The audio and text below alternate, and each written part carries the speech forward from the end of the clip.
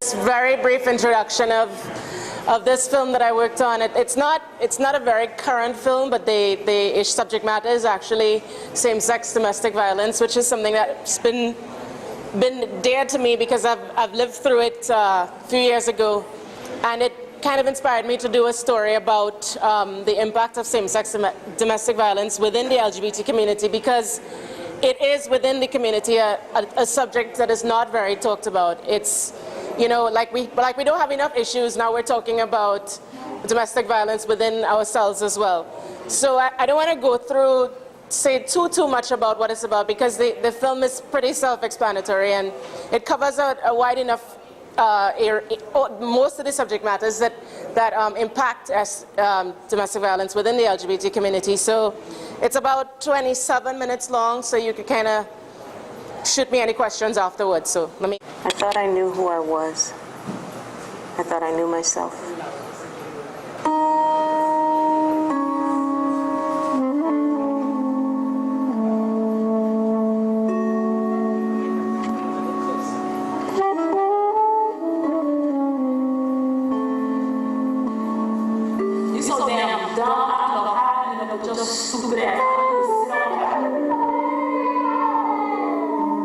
I never thought of myself as vulnerable or naive.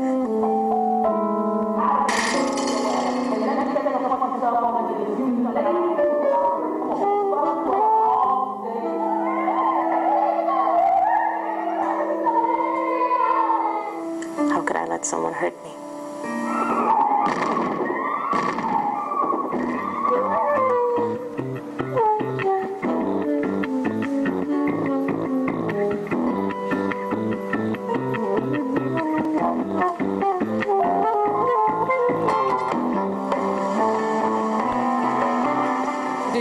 There is a problem of domestic violence in the gay community. If there is a problem, it must be hidden because I don't hear about it very often. I don't think that people talk about it as much as they need to. In the eyes of most people, as lesbians and gays, yeah, we get hit too. We bleed the same blood as you. 10-4, test for market. Mission 20, test for on market for mission 5, test for on market for mission 5. I didn't think that this went on. Women being involved with each other. We don't hate each other. I was of the delusion that we are better than the straight folks. That doesn't happen to us. You're a guy. You don't call the police because a guy hit you. Domestic violence is a much huger issue than anybody truly realizes.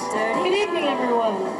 Thank you very much for being here, and welcome to the Women in Distress Safe Walk.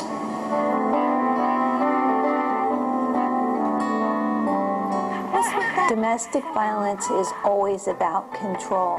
The amount of violence that someone is willing to experience or justify is based on whatever their home model was. It reaches all the children within the family. I have a right to be superior. We are taught that in our childhood. Here is it just a side effect of us? Dirty drama that does each apology sound more like sure.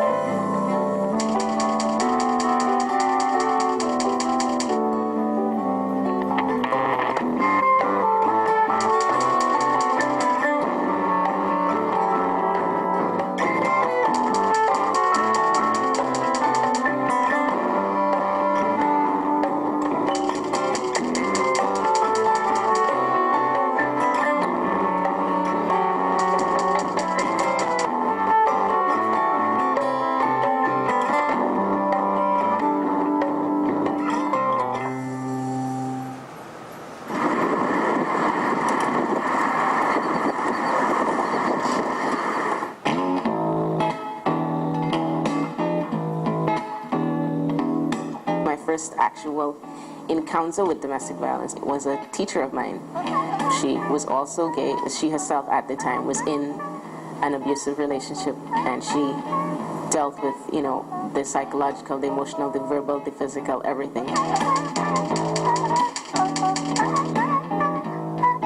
it was still new to me in the sense that I didn't think that this went on. I mean, how could women hurt each other in any way? I mean, women being involved with each other, we don't hurt each other.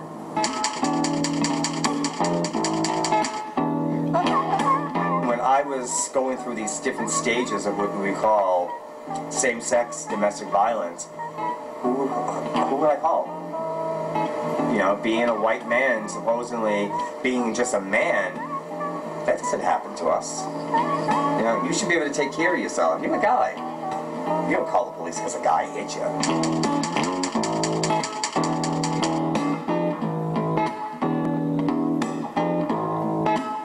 In the eyes of most people, as the lesbians and gays, yeah, we get hit too. We bleed the same blood as you. You know, it's like fall down and we cut ourselves.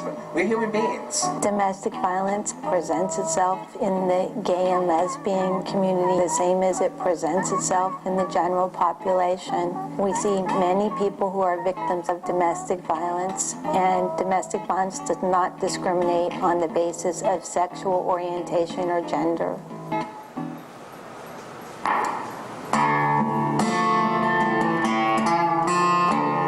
I started to feel like to doubt and question myself, and that, well, maybe it is me.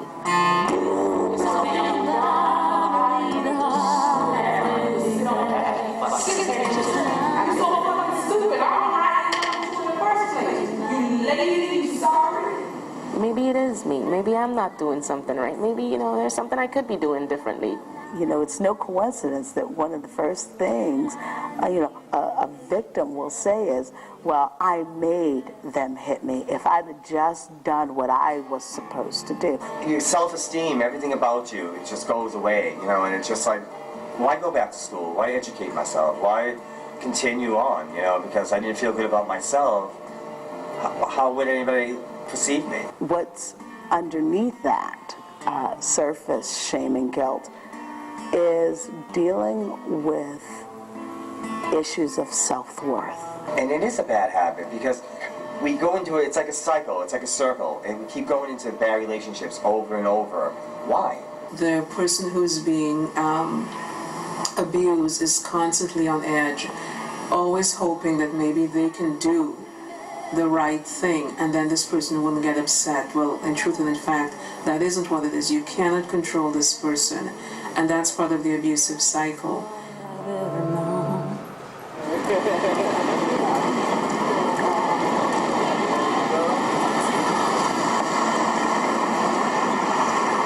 If there is a problem, I don't hear about it very often.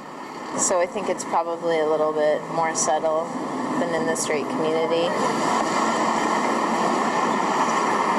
It's hidden, yeah. I mean, a lot of people don't discuss it. In my circle of friends, I don't believe that domestic violence is really addressed a lot. So it tends to go underreported. It's an important problem and should be addressed. I don't know magnitude. There is not enough discussion or awareness about domestic violence. When I first came out to San Francisco, some 20 years ago, I had absolutely no idea that there was domestic violence within the gay community. We can't even, in most situations, be completely and totally out with who we are. We don't do that to each other because we are kinder and we are more sensitive and we are more aware, and we have had to suffer abuse from the straight community. How could we, why would we abuse ourselves? So there's definitely not the awareness, because it is a secret shame.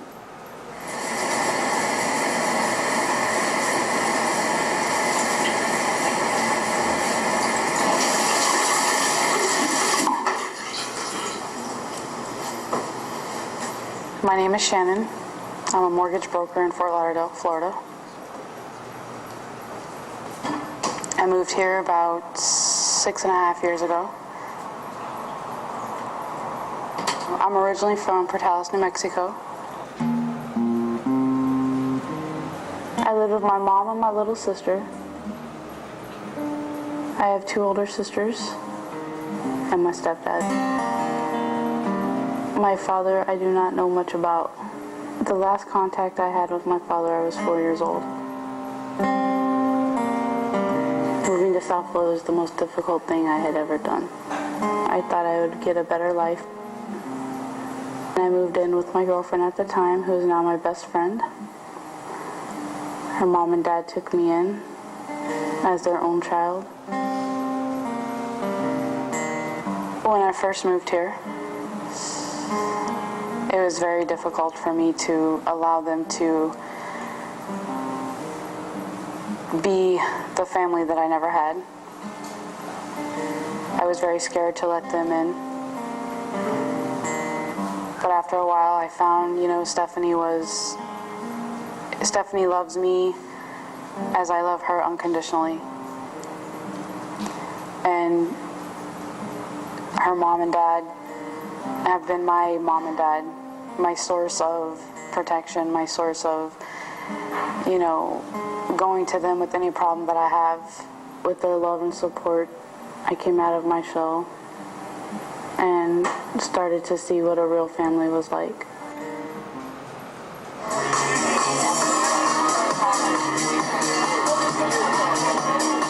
I met my ex at a bar. I was drinking. I was with a group of people, and there she was just staring at me. And I actually went behind her and started dancing all over her. We hit it off. We danced, we talked. Went to another bar with her. One thing led to another. We talked on the phone about past relationships, different things. At that time, at that point in my life, she was different than any girl I'd ever been with. She listened. She was attentive, affectionate, said all the right things, made me feel wanted and accepted. She was incredible. And about 6 months after, little things just started fading away. Her attitude just was completely different from the person that I had met 6 months before. I think the first time that I realized that there was a serious problem, it was a Saturday morning, and we had things to do. We went out the night before. I wanted to sleep in, and I told her that. So she proceeded to throw things, yell at me, and I got up mad, as I guess anyone would be. And I started to take a shower.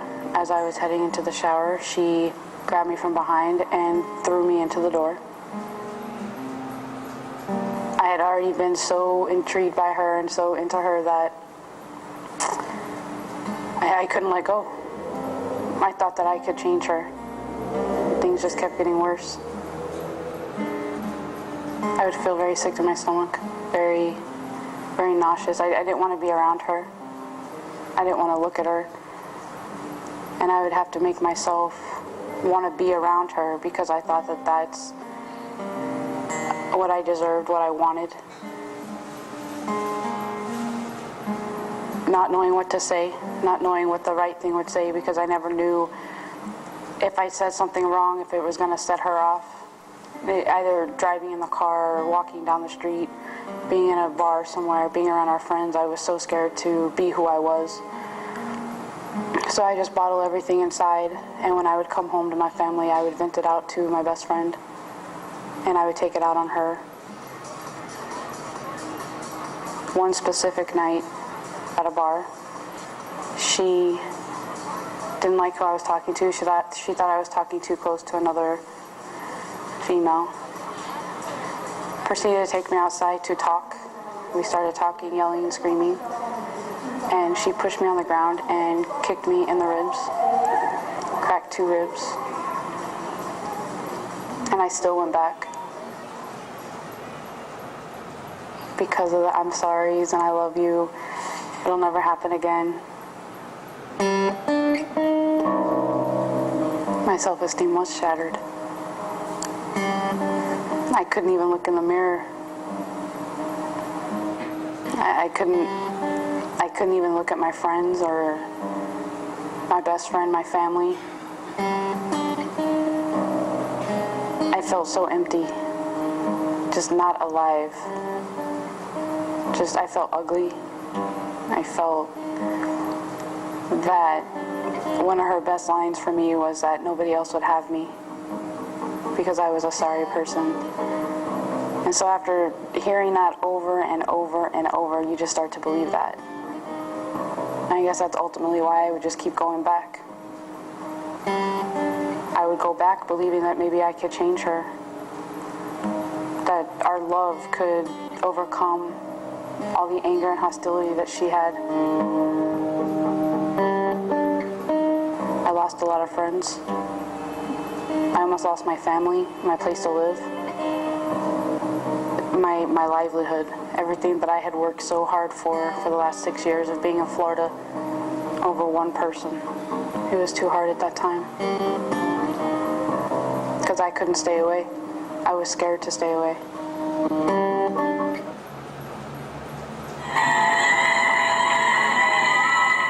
My name is Maddie Klein. This is my partner Kim. We've been together for 21 and a half years. And this is just so fantastic. It's just a celebration. And for once, we're not second-class citizens. The right to have a relationship validated legally, when we talk about the struggle right now to legalize gay and lesbian marriages here in the United States, I think is intrinsically linked to the self-esteem that people have about their relationships. This country has turned its back on God. Oh, wicked land of sodomite, you teach and practice sin.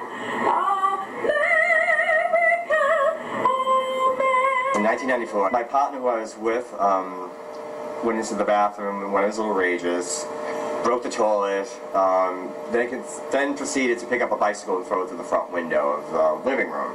Police were called, and I'll never forget them coming to the door, and they said, first thing, they look at the house, look around, they got blue gloves on. Blue gloves. I'm like, oh God. I said, we live in a homophobic society. They come in and said, what's the problem? You know, that attitude they would have. And then one of the guys, I heard him smug, that, don't touch anything, you don't know they got AIDS.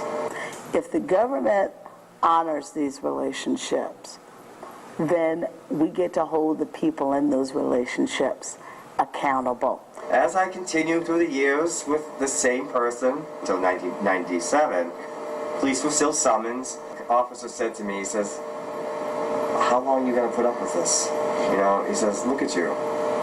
He says, you're a smart guy. He says, what's he doing to you? You know, he's holding you back. We also get the right to have the police show up to a domestic violence call in a lesbian or gay home and understand that that call is no different and should not be treated with any less sensitivity than if they were showing up to Bubba's house who was beating up his wife.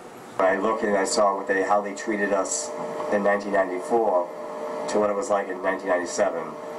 I saw the difference in the police, and I saw their attitude, because they weren't tolerating it anymore. But, you know, how many people had to die before the law changed, before the person that was hitting was arrested?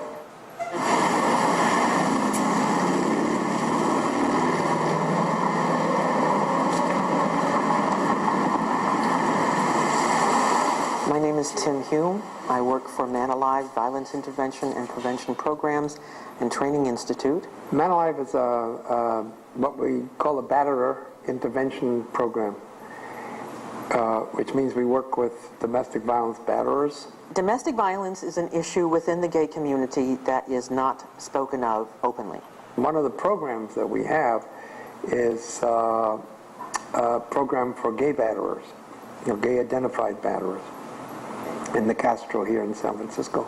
I just got so involved and so interested and wanting to help out the gay community that I started going into the training program.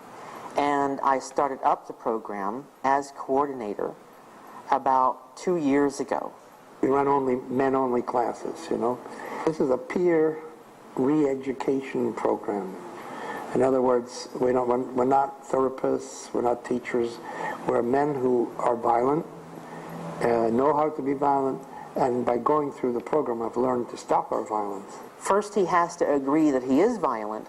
Then he has to agree that he's willing to stop his violence. And that's hard. Very hard. How can I admit to my friends that I beat up the person that I love? Most of the guys we have in the program are court mandated. So they've all been arrested after a 911 call. So someone has called the police. The police have come, found due cause for an arrest, taken them downtown, and then they've gone to court, the domestic violence court, been tried, found guilty, and as part of the sentence, then they're referred to the Man Alive program. So where does every violent incident begin? Well, at the moment of fatal peril. At the moment of fatal peril. Let's have some more for it. Signal. That's right there. And what does fatal peril mean? What is it? It's a moment. It's the moment where we decide to intimidate or violate. That's right. It's a decision moment, right? Yes. There's a lot of stereotypical reasons why a person could not admit that they are the batterer or the victim within a relationship. It's a moment of shock. It's a moment of shock, that's right. Yeah. I mean, it was hard for me to admit my own violence that I do and did, I'm working on it, with my co-workers and my partner and to a lot of other people. It's a moment of shock. It's a moment of shock when we lose our male role belief system. That's it. Stay right there. You know BS or there you go. So it's a moment of shock. Okay. When our male role belief system breaks down. Since I've been with Man Alive, I have learned to be more assertive without being aggressive. I've learned to get in touch with my emotions, allow myself to feel those emotions, and allow myself to tell my partner how I'm feeling and what I need. After they graduate from the program here 52 weeks later, we can then train them to work on the hotline. The guys who want to do it. And we got about 40. It's taken me most of my life to be able to stop the violence that I do to myself and stop the violence that I do to my partner and others. And it's a big job, but our relationship is a lot better now. And I'm very happy about that.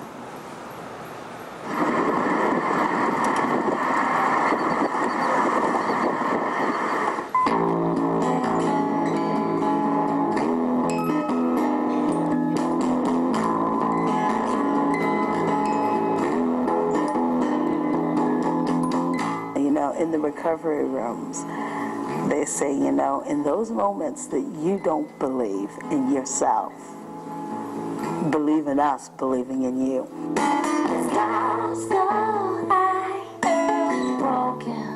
I don't think we were put on this earth to be unhappy. It's very crucial for people who are in those situations to understand that there are people who will champion for them.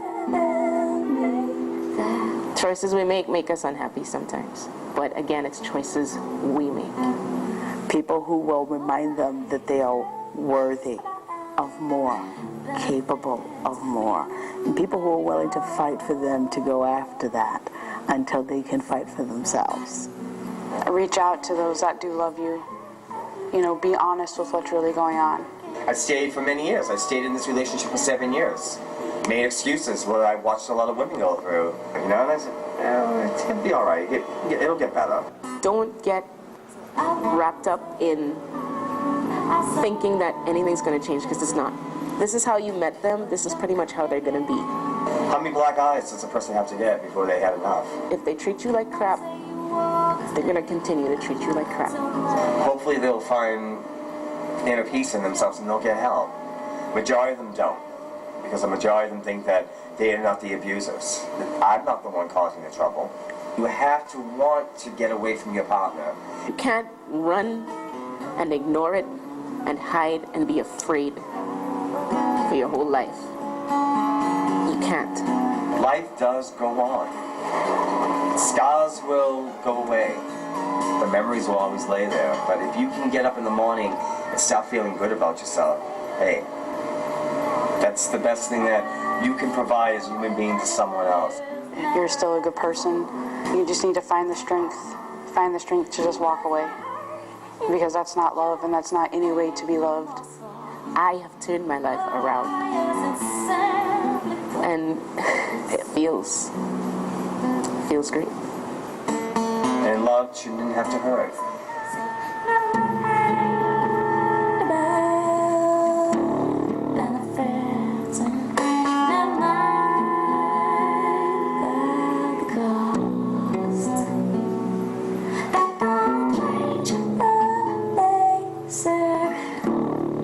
Thanks for doing that film.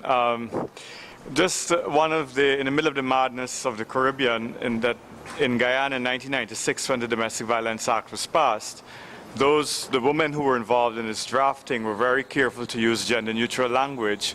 So ironically, the Domestic Violence Act, the way it is worded, same-sex couples can apply for protections under the Act, and that has been used in all of the anytime anyone talks about the Act, they do say, and same-sex couples can use the Act for protection. And the National Domestic Violence Policy in Guyana did state that same-sex couples will, service providers must be aware that same-sex couples can experience domestic violence. The complication, of course, is that using the gender dynamic, it's not the same gender dynamic. It's an issue. There's some other issues of violence here, but just it was just one of those things about the Caribbean. I don't know how Trinidad is, because I think Trinidad passed their legislation after Guyana. She passed the Domestic Violence Act that does not have gender-neutral definition. It protects people in the same household, but it does not protect a same-sex partner who doesn't live with a partner. Does it define anything? Does it say who? Does it say who? Does it refer to man and woman? I think it refers to unmarried partners, but it has a gender definition. Because in our case it says persons in an intimate relationship. No, we had a suite of laws like that all had gender definitions of partners. Do you think that partly the rise in violence, that it might be like, they said that more women are being raped, but there are more reports of women being raped, and that partly because more people are coming out of being and living openly as homosexual people, that now it's easier to target who's who, whereas people lived under the radar. And because as the bishop from the ministries, she pointed out the abuse that homosexual people face, then it's kind of, they always say it, abused people become abusers. So do you see that all of that is tied in together? I think definitely the rise is coming out of people being more willing to come forward and admit that they are in relationships that are abusive. I definitely think that has contributed to the rise. As the statistics said, just because it may seem that the numbers went down in a year or two, it doesn't necessarily mean that the violence went down. It's just that maybe that particular year, not as many people reported, as well as another year where some more would have reported. But I definitely think that's linked to that. Adding to that, I guess I want to understand if the fact that so many more people are living openly as homosexual, that now it's become so apparent how much hatred and psychological abuse and physical abuse is meted out to them, that in fact, as the young gay people come up, they're actually facing it more, whereas they might have lived in the shadows, and as a result, they might actually then be expressing the abuse that they faced as a result of being openly gay. Definitely, abuse is behavior that a lot of people who have experienced abuse of any kind and are not allowed to express it or talk about it, it does eventually tend to come out in some way, form, or fashion, whether you're in a relationship or whether you are violent to yourself. And if not addressed in the proper way, it does become an issue. I mean, I would like to hope that people could address the issue and recognize that the pattern of abuse and the cycle of abuse, and before it gets to be too late, that they address the issue, or at least get some kind of help or some kind of support for trying to become better. I guess I just thank you for this. First and foremost, I just want to say thank you for this, because I think the issue of LGBT same-sex violence is not actually being discussed enough, right? And hasn't been. It's, and there are a very number of reasons why that hasn't happened. It also is about protecting the community from being targeted and being exposed, and there's all kinds of issues you can go with. But I think one of the things I'm thinking in terms of same-sex violence, and I'm going to talk about it here in the context of lesbians, is also, I think is also rooted also in certain kind of gender dynamics that actually played out in the context of how we located ourselves in those kinds of relationships. Because I think I guess for me, it is important to also kind of try to understand why some of these dynamics have been happening in these relationships. So there are many of us who have played, and it's performance. Many of us have performed certain kinds of roles in those kinds of relationships that mimics what is traditionally sort of dominant roles, and who has power and how power is supposed to be exercised. And I think it's really important to actually make that point, so that part, and also how we perform in those relationships and give up power in those relationships as well. So to kind of just identify that there are all of these dynamics that need to actually be deconstructed to understand why it's happening. Otherwise, we kind of flatten it, and there is some really power dynamics. It's also about, we sometimes happen to be in relationships where one person has far more economic power and far more economic privilege, and therefore in those kinds of contexts, the one with the economic power and privilege sort of shapes the relationship and the power dynamics, and you who have less also participate in a certain kind of dynamic. So I just wanted to add that, but I want to thank you for the film, because I think it's important to start talking about it. I'd like to add that from a male-on-male sex point of view as well, I think it's important that we recognize that in the absence of role models, too often we take example from what we see in porn and film. And there has been a significant shift in porn that has become more and more violent and more abusive.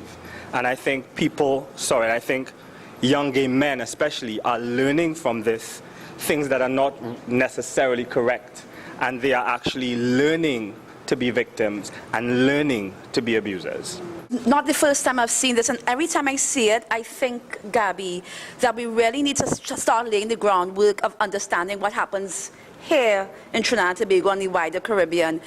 We had talked, Kaiso had spoken to a police officer trying to find out how domestic violence information is gathered. And, she was she told us about, they gather domestic violence statistics, but when it happens with a gay couple, it's not listed as domestic violence, is assault and battery, because it seems like either two men beating up each other or two women having a fight. Now we have to try to figure out a way now, how do we get police to document this as domestic violence or something, so that we can understand what happens here and how to respond to it. Sure if I really have a question or if it's a comment, but as I go, maybe.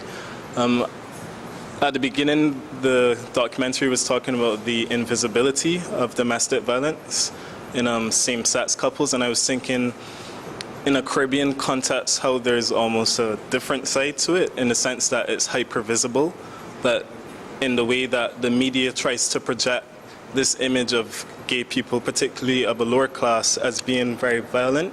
And you know, the neighbors who are fighting in the street are showing up at the workplace and causing a scene. So I was just wondering, you know, thinking about different homophobias, and that as a homophobia that exists in the Caribbean, projecting same-sex people as being violent.